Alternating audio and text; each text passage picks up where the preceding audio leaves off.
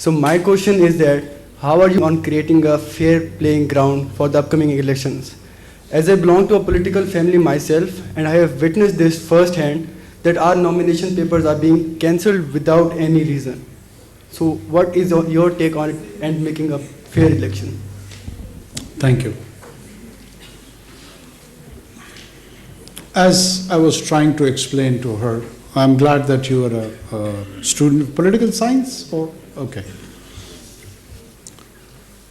I don't shy away from admitting that we are a transitional democracy. And a transitional democracy is, again, a discipline which is taught throughout the globe in different universities. We are not a settled democracy.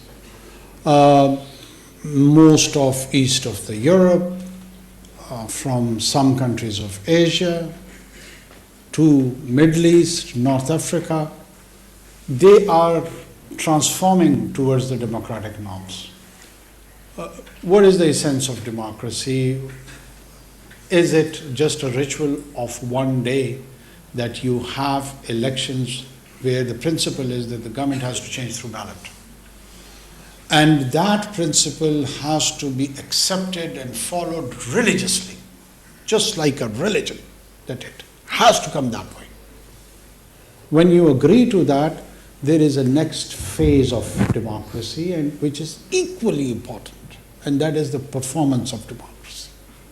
The problem with the transitional democracy is that they fight for the principle of democracy, but they're not interested in the performance of democracy. When such situation occurs, then the forces which are more prone towards the non-democratic practices, they do take advantage and they argue and they build their case on the non-performance of democracy. And the entire society is in the stress and strain. And everyone feels that they have got the rightful position of their own, with their own regimental and tribal thinking.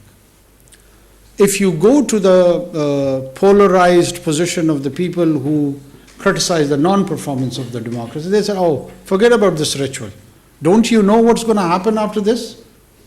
And everyone knows the answer, that yes, you have some basis to that argument, that what they're going to do, so and so. I'm not justifying it, I'm explaining it.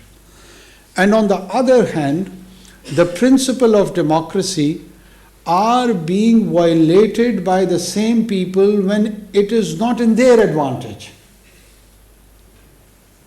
They only believe in that principle when it is in their advantage. They don't believe it as a principle.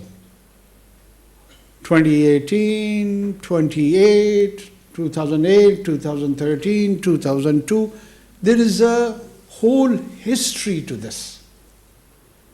And in that history, the people which we now see as the flag carrier who are advocating for this principle of democracy have been on the other side. And who knows, once they get settled, how again they'll change their position. It's unpredictable. We don't know. I don't trust them. As an individual, I have to vote for them. I wouldn't know that if they get settled with the forces on which they are on the confrontational path, so what would they do next? So once if they are settled, some same old practices, same old business, and same kind of an old hybrid regime to run this country, that basic question of civil-military relationship, which people shy away probably to ask me, that its challenges have not been explored, have not been answered, so the problem remains the same. What would we do then? There is an imbalance here. I am saying it. There is an imbalance, and that imbalance primarily is because the civilian institutions don't perform. So what do you do? It's a very serious debate. It's a very, it deserves more attention, more questioning, more nuances should be explored, more shades should be known, and people should come up with an informed opinion. Everyone should contribute towards it. This is a national duty. I believe in it. I don't doubt the intention of anyone who takes any sides. but be genuine. Be genuine and try to find out the genuine challenges and the genuine solutions, whatever according to your capacity.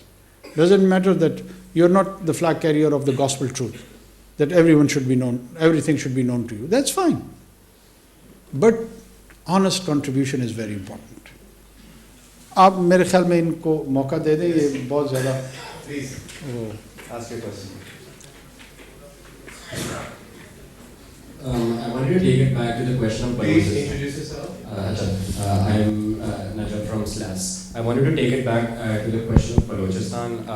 आपने जब Israel की बात की तो आप बताने लगे like generally जो narrative रहा है इजराइल के बारे में. So Israel, let's say, destabilizes Palestine for like decades upon decades. At that point, फ़लस्तीन से एक हमला आता है. फ़लस्तीनी इजरायली कहते हैं कि ये इन्होंने क्या कर दिया, अब तो हमें इनका पूरा मुल्क तबाह करना पड़ेगा. In much the same way, Pakistan, for decades upon decades, takes part in like the disappearances that have happened in Balochistan.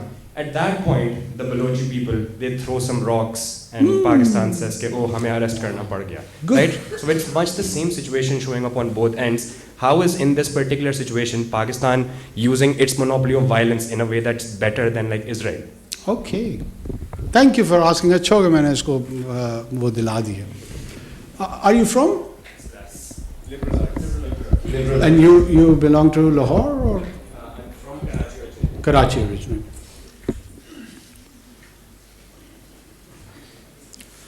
एक तो जो एनालॉजीज इंसान देता है, चारी पिकिंग करता है, वो बाज़ औक़ात अपने गुस्से से और अपने बायस से करता है. सबसे पहले अपने बायस और अपने गुस्से को कंट्रोल करना चाहिए, मुझे भी और आपको भी. और वंस यू डू दैट, और जो प्री कंसीव्ड नोशंस होते हैं उनसे हट के उनको डिवोर्स दे के फिर रियलिटी को एक्सप्लोर करते हैं.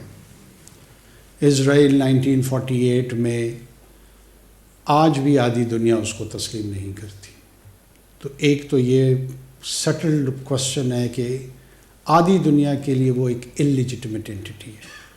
ठीक है. पाकिस्तान 14 अगस्त 1947 को लेजिटिमेट एंटिटी बना, जिसको 197 मुल्क तस्लीम करते हैं. अब ये एक लेजिटिमेट एंटिटी है और एक क्वेज़ाई लेजिटिमेट एंटिटी. ये बुनियादी फ़र्क है दोनों में. यहाँ पर मोनोपोली ऑफ वायलेंस सिर्फ पाकिस्तान को नहीं दिया गया, मोनोपोली ऑफ वायलेंस तमाम लेजिटिमेट स्टेट्स को दिया गया है. ये जो इसराइल को भी लोग कहते हैं